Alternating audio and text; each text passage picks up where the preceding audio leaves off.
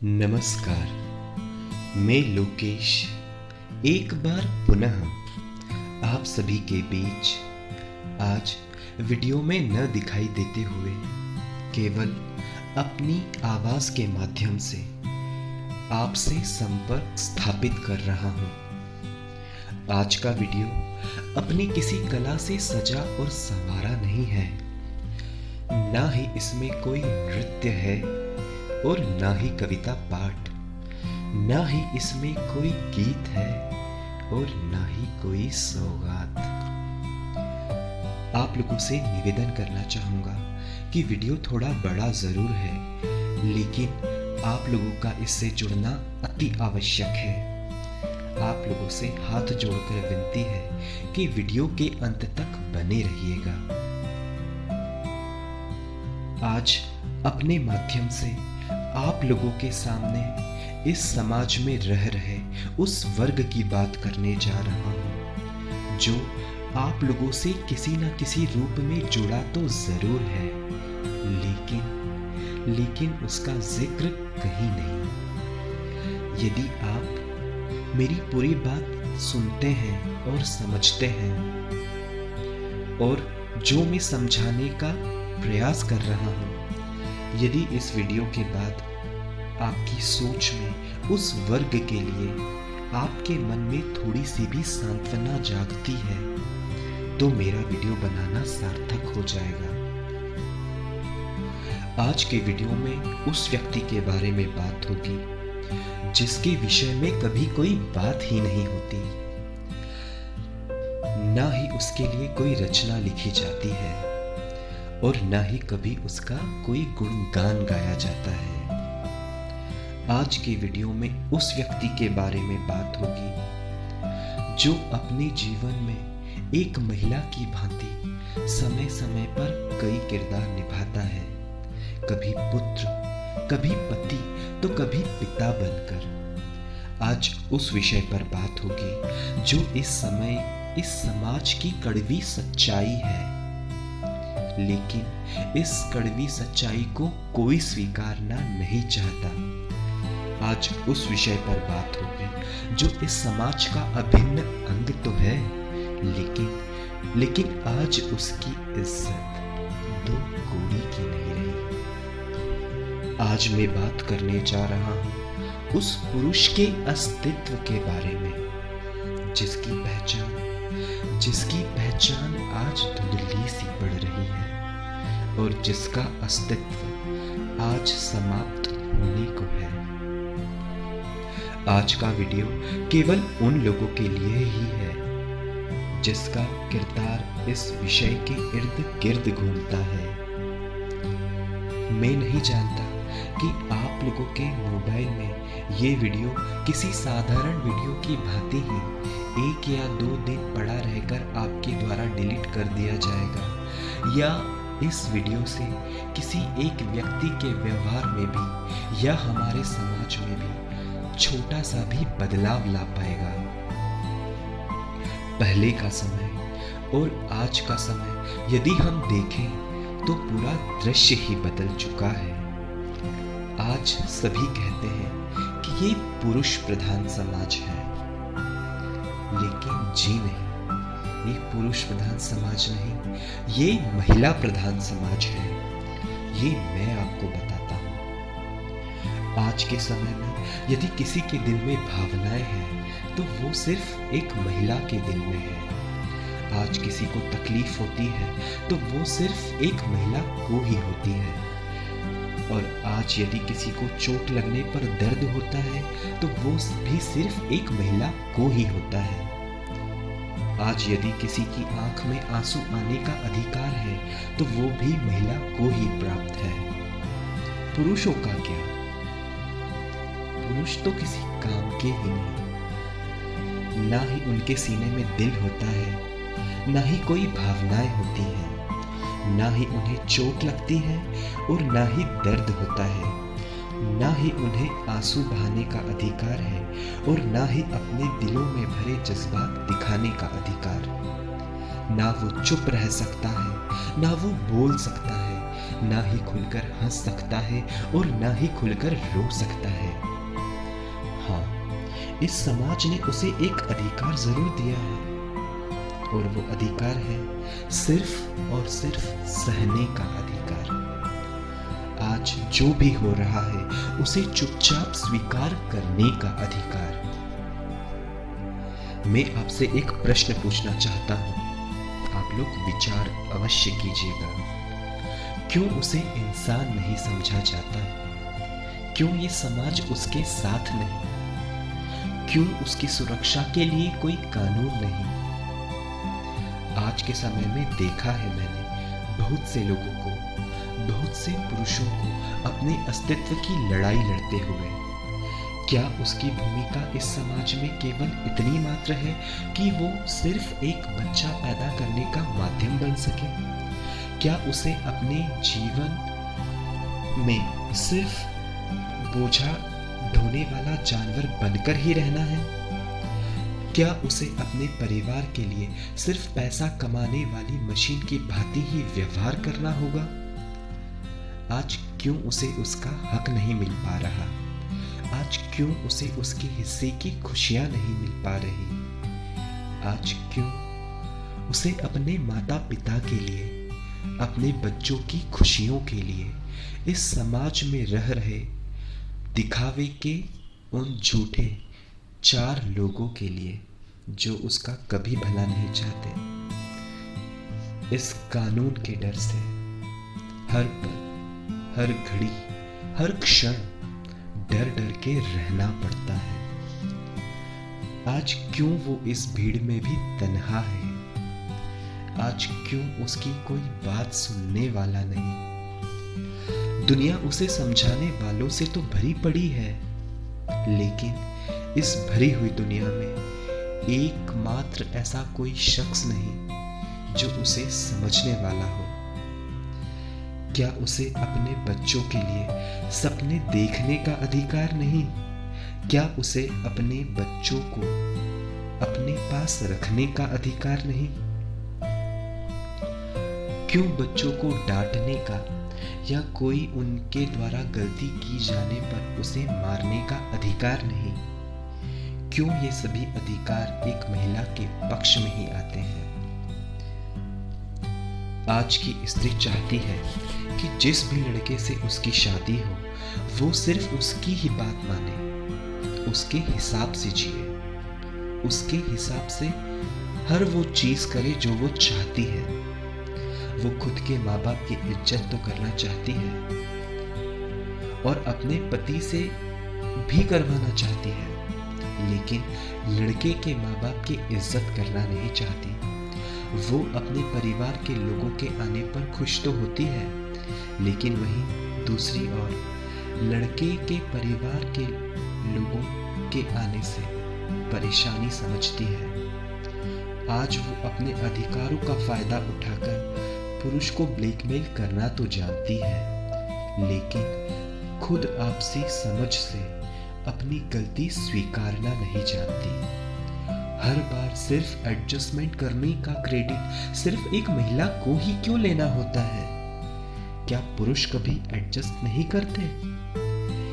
एक तरफ हम बात करते हैं आज की नारी सब पर भारी, लड़कियां लड़कों से कम नहीं, और भी लड़कियों की हित में बहुत सारे नारे बने हुए हैं, बातें कही जाती हैं। तो फिर जब भीड़ से भरी खचाखच ट्रेन में या बस में सफर करते समय क्यों किसी पुरुष से सीट देने की आशा होती है? क्यों टिकट काउंटर पर जब लंबी कतार लगी होती है तो क्यों लेडीज फर्स्ट की बात करनी होती है? आज एक और हम ये भी देखते हैं समाज और कानून द्वारा प्रदान किए गए अधिकारों का कई जगह गलत फायदा उठाया जाता है। हमारे समाज में आधे से ज्यादा केस, चाहे वो बलात्कार के हों, दहेज के हों, प्रताड़ना के हों, वे सभी फर्जी होते हैं। आप देखिएगा इस चीज के चलते आने वाले कुछ समय में पुरुषों का शादी के पवित्र बंधन से विश्वास ही उठ जाएगा। आप कभी गूगल करके देखिएगा कि आज के समय में 70% से 89% के बीच महिलाओं के मुकाबले पुरुष दिल का दौरा पड़ने से मृत्यु को प्राप्त होते हैं। आज के समय में महिलाओं के मुकाबले पुरुष सुसाइड अटेम्प्ट अधिक संख्या में करते हैं। और हम लोग कितनी आसानी से कह देते हैं साला कमजोर था, हिम्मत ही नहीं थी। लेकिन क्या हमने कभी उसकी पीड़ा जाननी चाहिए? क्या हमने ये जानना चाहा कि उसे क्या परेशानी थी? उसका ये जीवन जीना कितना कठिन हो गया होगा? क्या हमने उसकी समस्या जाननी चाहिए? हाँ, उसकी मृत्यु पर उसे कमजोर ठहराना हम कभी नहीं भूलते। अरे उसके मरने के बाद तो सिर्फ एक बार ये कह दो कि वाकई कुछ ना कुछ अति तो अवश्य हो गई होगी, तभी उसने ऐसा कदम उठाया होगा। मैंने अपने बड़ों से बात सुनी है कि चाहे कितनी भी लड़ाई हो जाए, हस्बैंड और वाइफ में, पति और पत्नी में, एक महिला और पुरुष में संवाद कभी बंद नहीं होना चाहिए। लड़ाई के बावजूद भी कोई ना कोई एक रास्ता जरूर होना चाहिए जब वो बैठकर बात कर सके, आपसी मसले सुलझा सके।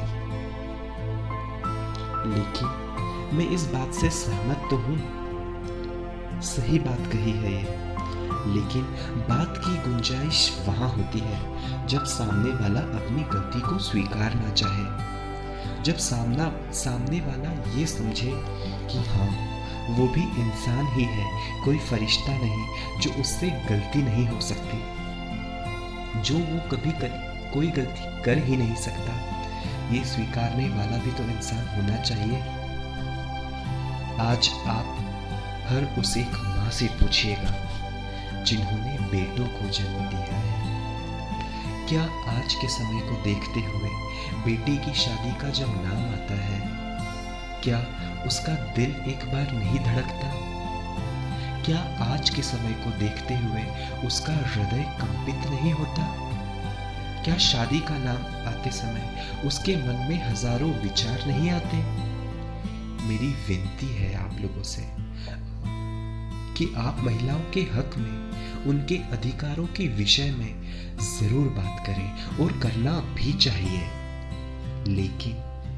लेकिन ईश्वर द्वारा की गई इस पुरुष रूपी रचना को भी अनदेखा मत करो।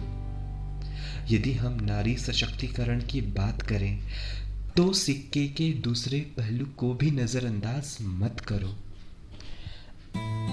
आज महिला को हर प्रकार का पुरुष के समान अधिकार तो चाहिए, लेकिन आप ये भी सोचने की कोशिश कीजिए कि आप पुरुषों से होड़ लगाने में, अपनी जिद में आपने खुद का भी अस्तित्व खो दिया है। आप क्या चीज खो रही हैं ये आप नहीं जानती। जिन गुणों के कारण नारी पूजनीय मानी जाती है, हमारे धर्म में, पुराणों में, प्राचीन कथाओं में नारी अपनी सौम्यता के कारण, अपनी दिव्यता के कारण, अपनी सात्विकता के कारण पूजी जाती है। हमारे शास्त्र में नारी का धार्मिक महत्व भी बताया गया है। आज पुरुषों से होड़ में आपने क्या खोया है, ये मैं आपको बताता हूं। आप विचार कीजिएगा, आपने वो हाथ खो दिया है जो पुरुष एक महिला के लिए बढ़ाता है। आपने वो हाथ खो दिया है जो कभी आपका हाथ थामे आपसे आगे चलता है और सारी कठिनाइयां वो अपने ऊपर झेल लेता है, क्योंकि वो आपके आगे चल रहा होता है और आप पर कोई तकलीफ नहीं आने देता। आपने ये खोया है। आपने वो व्यक्ति खो दिया है जो आपको पाने का सपना देखता है। आपने वो क्षण खो दिया है जब आपके जन्मदिन पर आपकी शादी की सालगिरह पर जब वो आपको सरप्राइज देता है, आपकी मनपसंद कोई चीज लाकर आपकी आंखें बंद कर कर आपके सामने रख देता है। आपने वो पल खो दिया है जब शॉपिंग पर जाते समय किसी साड़ी की दुकान के सामने वो गुड़िया को साड़ी पहने हुए देखना और सोचना कि ये साड़ी मेरी पत्नी पर भी अच्छी दिखेगी। आपने वो उसकी सोच छीन ली है। ये ज्वेलरी उस पर अच्छी लगेगी, ये ज्वेलरी उस पर नहीं अच्छी लगेगी, ये सोच आपने उससे छुड़वा दी है। आपको लेकर हमेशा अनसिक्योर फील करना वो भूल चुका है।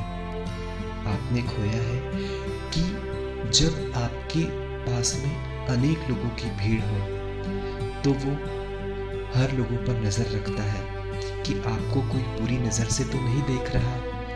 आपने उसकी वो परवाह करना छुड़वा दिया है। किचन में जब आप काम कर रही होती हैं तो चुपके से उसका पीछे से आना और आपको बाहों में भर लेना।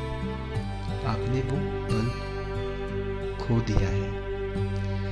वो अपनी बाइक पर पीछे बैठाकर आपके हाथों को थामना और अपनी कमर पर रखना और बाइक के शीशे से आपको निहारना, आपने वो खो दिया है। आपने खो दिया है कि जब आपके दूर जाने पर आपको याद करना और आपको याद कर कर रोना, आपकी सीढ़ियां चढ़ते और उतरते वक्त उसका हाथ आपको देना ताकि आप कहीं गिर न पड़े। आपने वो सीना खो दिया है जब आप रात में थक हार कर उसके सीने पर सोकर सारी थकान भूल जाया करती थी। आपने आपके गुस्सा होने पर उसके द्वारा सॉरी बोलना, माफी मांगना, आपके नखरे उठाना, आपकी हर कोई फरमाइश को पूरी करने की कोशिश करना आपने खो दिया है। आपने खोया है उसके साथ खेलना, रूठना, मनाना, उसका आपको छेड़ना, चिढ़ाना। आपने वो हंसी पल खो दिए हैं।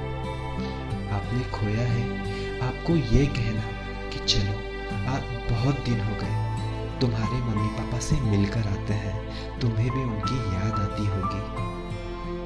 आपने खो दिया है वो लॉन्ग ड्राइव पर जाना।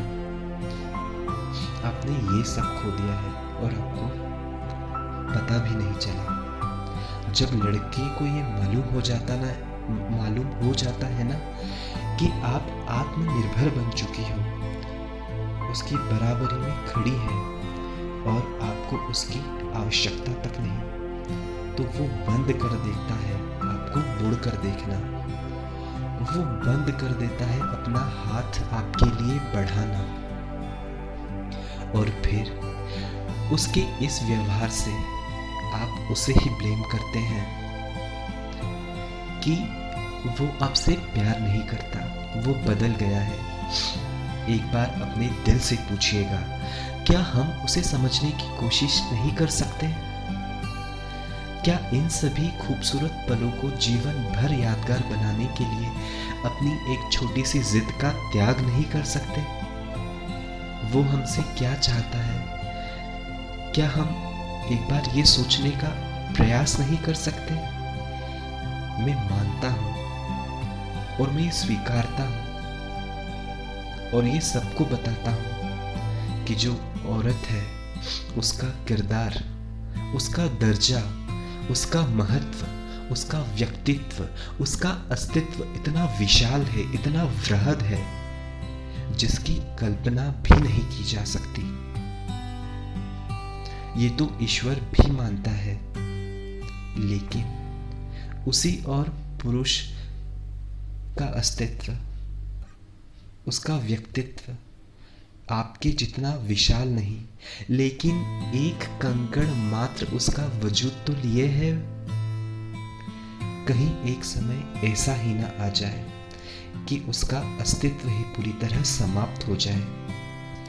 एक बात आप ध्यान रखिएगा, जिस तरह एक पुरुष महिला के बिना अधूरा है, वही एक महिला भी एक पुरुष के बिना अधूरी ही है।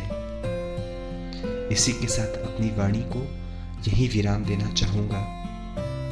मेरे इस वीडियो बनाने के पीछे आपको समाज में छिपे हुए उस चेहरे से परिचित कराना था, जो आज सभी के द्वारा धुतकारा जा रहा है। यदि इस वीडियो को सुनने के बाद आपकी सोच में थोड़ा सा भी फर्क आता है और एक पुरुष को देखने का नजरिया बदल जाता है, तो ये मेरा ये वीडियो बनाना सार्थक हो जाएगा। इसी के साथ अपनी वाणी को विराम देता हूँ। जय श्री महाकाल।